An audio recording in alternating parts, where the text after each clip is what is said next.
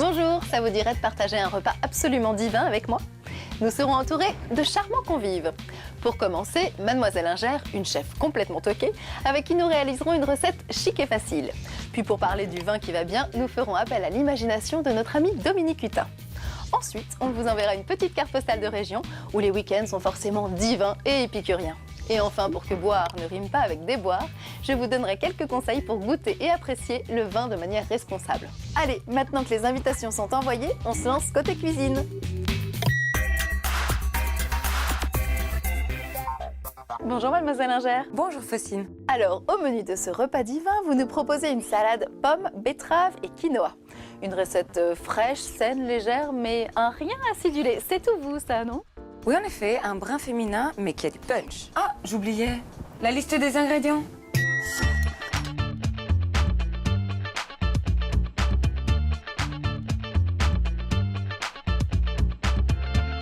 Alors, première chose, eh bien, il va falloir cuire notre quinoa pour qu'il puisse refroidir ensuite, puisque c'est une salade. D'accord. On va le cuire façon pilaf, c'est-à-dire on va le faire revenir à l'huile d'olive et ensuite on va le cuire avec 2,5 fois son volume en eau. Et une fois que ça bout, on baisse le feu et on fait cuire à frémissement jusqu'à ce qu'il n'y ait plus d'eau. D'accord. Facile. Première chose, la pomme que l'on va faire en brunoise. Ce sont des petits dés. Je vais faire ce petit Bah allez-y Faustine, bien sûr. Bah oui, je vous aide, je vous aide.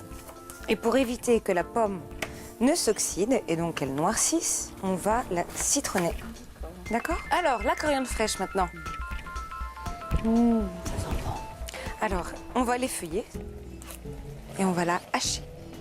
On fait bien glisser la lame du couteau. Ça s'emballe? Ça s'emballe. Ça veut dire que l'eau est presque complètement partie. Et ça fait des petits trous. Ça fait ce qu'on appelle un nid d'abeille. Donc on va le mettre dans un grand récipient, bien à plat. Il va refroidir plus vite. Le quinoa à tiédir.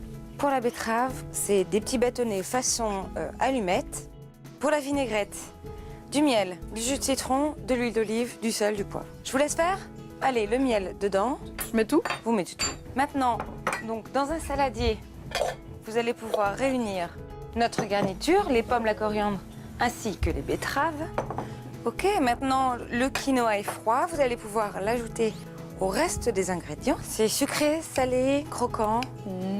Il ne reste plus qu'à disposer un petit bouquet de roquettes. Et ça, je le fais souvent avec les doigts pour conserver le volume, vous avez vu? Ensuite, on ajoute des petites crevettes. Et pour terminer, on peut ajouter quelques zestes de citron ou alors des graines de sésame pour un petit peu de croquant. Est-ce que je peux goûter? Allez-y, je vous en prie. Croquant avec le sésame. C'est fin, c'est divin. Vous voulez goûter? Allons-y. Eh bien, bon appétit. Bon appétit. Bon, je prends une crevette. Allô Dominique, c'est Faustine. Je te dérange? Je viens de finir une salade magnifique, mais côté vin, j'hésite. Tu veux pas m'éclairer? Allô Dominique? Mais bien sûr, Faustine. Et je vous reconnais bien là, les filles. Tonique comme une salade croquante. Seulement votre petite salade, sous ces deux orguilleraie, eh bien avec la betterave, elle a un caractère bien trempé. Et la roquette, elle, question intensité, elle a carrément le profil d'une catcheuse. Ceci dit, tu la sers en verrine. Donc tu l'as plutôt imaginé façon entrée fraîche et guillerette, non? Garde cette idée pour le vin.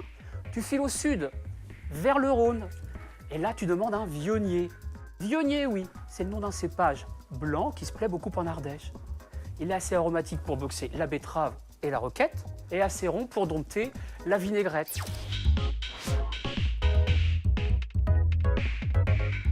Vionnier, oui. Tu te rappelleras? Je vous embrasse, ce sera mon salaire, tiens.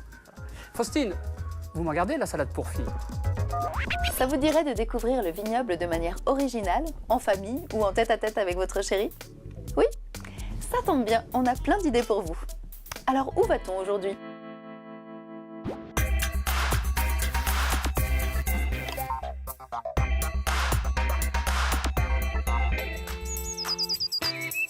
Tu vois, ça s'appelle une vrille. Et c'est la vigne, au printemps, elle veut s'accrocher pour pas monter trop haut. Il faut qu'elle tienne bien droit. Elle va se mettre, elle va s'enrouler toute seule comme une magicienne. Vas-y, tire encore, essaie de l'enlever. Voilà. Il y a la vigne, le vin et le vigneron.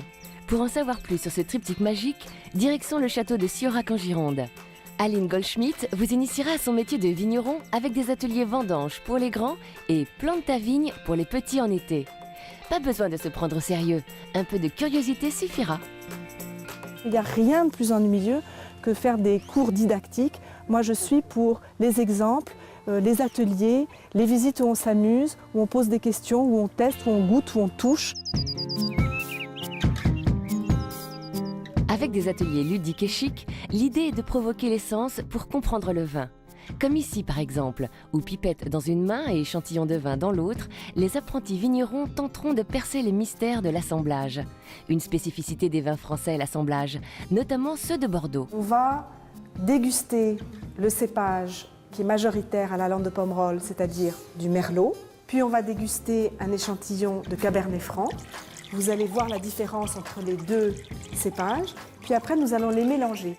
La vue, le nez sont mis à contribution, la bouche aussi. Mais ici, on recrache. Il s'agit juste d'éveiller, de stimuler votre palais. Et pendant que vous tenterez de réconcilier dans un même flacon le merlot et le cabernet franc, vos enfants apprendront en s'amusant. C'est ça le concept no touristique d'Aline Goldschmidt. L'art de vous faire vivre le vin. Un bon plan pour un week-end divin en famille.